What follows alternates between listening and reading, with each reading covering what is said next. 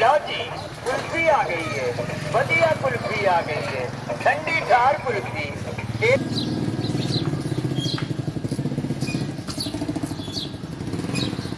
वालेकुम सलाम।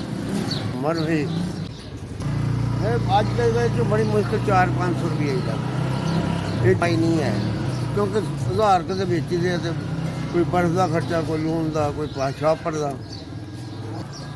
उम्र तो मेरी तो 65 साल है, मजबूरी तो लाने पे ने क्योंकि मेरे को रेट नहीं लग सकती।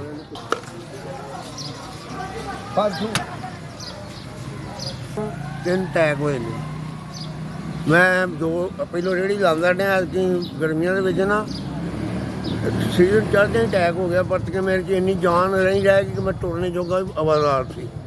हूँ थोड़ा बहुत टुर लेना, अपनी जरूरत वास्ते करना पैंदा कोई भी काम हो। खाना कितों नहीं, मजबूरी है, ये ढेर नहीं लगा हर बंदे को। अपनी जरूरत वास्ते हर बंदे को काम करना पैंदा। मैं अपनी जरूरत वास्ते मेहनत करना बस। तीन अपनी जरूरत वास्ते मेहनत मेरे तीन धियां ने मेरिया, अपनी जरूरत वास्ते मेहनत करना। चार लोगों ने 4000 की मेरी मदद की, अल्लाह मियाँ उन्होंने कारोबार च बरकत पाई। मैनू रेहड़ी तो 4000 रुपया दिता, अल्लाह मियाँ भला करे।